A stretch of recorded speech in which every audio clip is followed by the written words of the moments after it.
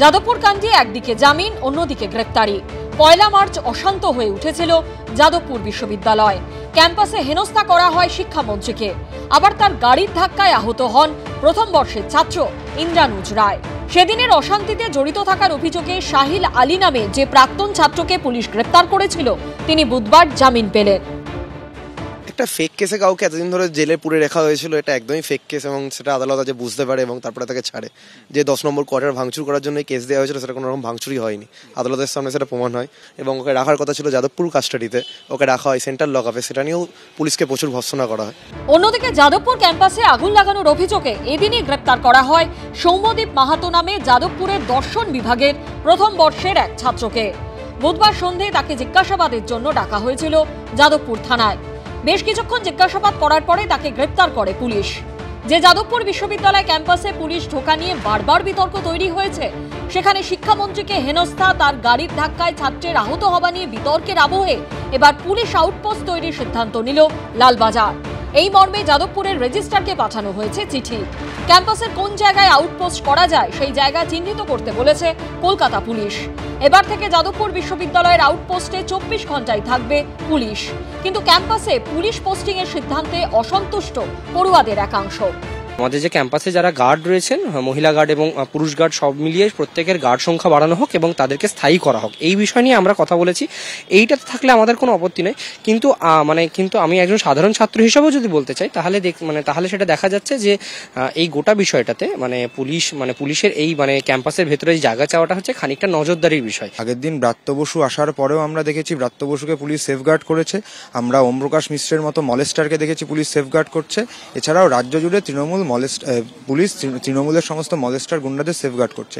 Police যদি এটা না করে অবিলম্বে ব্রাত্য বসু সহ ওম প্রকাশ মিশ্র সহ এদের মতো মলেস্টারদের বিরুদ্ধে স্টেপ নেয়, সেটা বরঞ্চ ছাত্রছাত্রীদের পক্ষে অনেকটা বেশি কাম্য একটা পদক্ষেপ হবে। যাদবপুর বিশ্ববিদ্যালয়ের ভেতরে শিক্ষামন্ত্রীর গাড়ি ঘিরে চলে বেনজির বিক্ষোভ। ভেঙে দেওয়া হয় ব্রাত্য বসুর গাড়ির কাঁচ। শিক্ষামন্ত্রীর গাড়ির বনেটের উপরে উঠে বসে পড়েন এক ছাত্র। প্রাণপণে চলন্ত গাড়ি আটকানোর চেষ্টা করেন আরও এক ছাত্র। শেষ পর্যন্ত শিক্ষামন্ত্রীর গাড়ির নিচে পড়ে যান যাদবপুর বিশ্ববিদ্যালয়ের প্রথম বর্ষের পড়ুয়া ইন্দ্রানুজ রায়। গুরুতর জখম অবস্থায় তাকে ভর্তি করা হয় হাসপাতালে। জানিয়ে রাজ্য রাজনীতিতে জল ঘোলা কম হয়নি। আর এরই মধ্যে সোমবার সাদা পোশাকে যাদবপুর বিশ্ববিদ্যালয়ের ক্যাম্পাসে প্রবেশ করে পুলিশ। ঢুকে যায় আন্তর্জাতিক সম্পর্ক বিভাগের ভেতরে। জানিয়ে তীব্র আপত্তি জানান পড়ুয়াদের একাংশ। আর এর দুদিন পর এবার বিশ্ববিদ্যালয়ের মধ্যেই পুলিশ আউটপোস্ট তৈরি করার সিদ্ধান্ত নিল লালবাজার। কাশ্মীর মাঙ্গে আজাদি বলে সমাজের যে কোনো জায়গায় এসে উৎপাত শুরু করে, তারা পাকিস্তানের এজেন্ট, দেশ বিরোধী, ভারত বিরোধী, জঙ্গিদের এজেন্ট। ফলে এখানে কড়া নজরদারি অবশ্যই দরকার।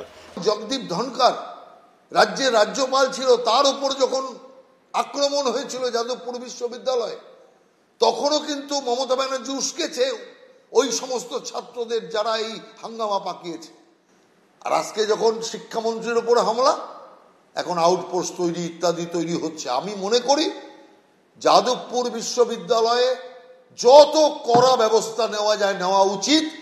এই নিয়ে মুখ খুলেছেন রাজ্যপালও। These are all issues which are democratic institutions within the university have to decide. If the decisions are within the law of the land and within the framework of the Constitution of India, I will not intervene. But if there is any violation or any impropriety, then as Chancellor and Governor, I will intervene, not at this stage. অন্যদিকে বুধবারে যাদবপুর বিশ্ববিদ্যালয়ের বাইরে মিছিল বা সভা নিষেধাজ্ঞা প্রত্যাহার করে নিল কলকাতা হাইকোর্ট। পাশাপাশি বিচারপতি তীর্থঙ্কর ঘোষ আরও বলেন, কোনো কর্মসূচি করতে গেলে আগের মতোই নিয়ম মেনে পুলিশের কাছে আবেদন করতে হবে। বিজেপির মিছিল সংক্রান্ত একটি মামলার প্রেক্ষিতে গত 7ই মার্চ এই নিষেধাজ্ঞা জারি করেছিল কলকাতা হাইকোর্ট। ময়ূখ ঠাকুর চক্রবর্তী, আবির দত্ত ও সুকান্ত মুখোপাধ্যায়ের রিপোর্ট, এবিপি আনন্দ।